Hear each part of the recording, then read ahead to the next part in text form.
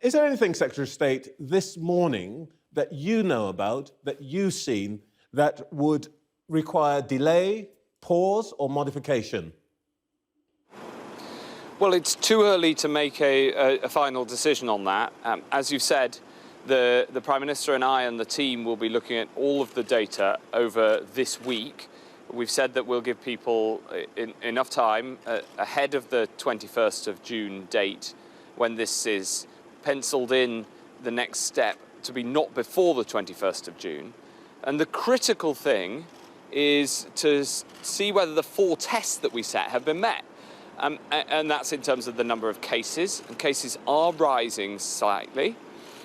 The number of hospitalizations, which are much more flat, and that's because the 3rd test, the rollout of the vaccine, which is going incredibly well. And then, of course, we've got to look at the impact of new variants, and we have seen a very significant impact of a new variant, the so-called Delta variant, over the last month or so.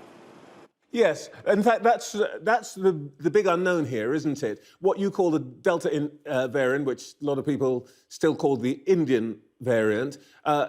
We don't know yet what that's going to do. What's the latest number on that? And do you have any information on transmissibility? We heard this week from SAGE that it could be 40% more transmissible than the previously dominant variant. So what is the Indian variant doing to your calculations?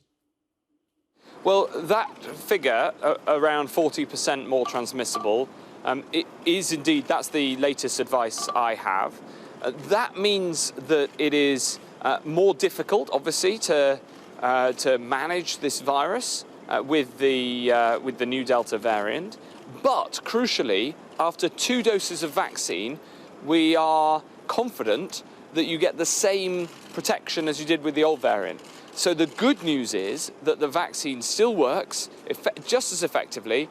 Everybody must go and get their 2nd jab, though, because the first isn't quite as effective on its own. You need that 2nd jab.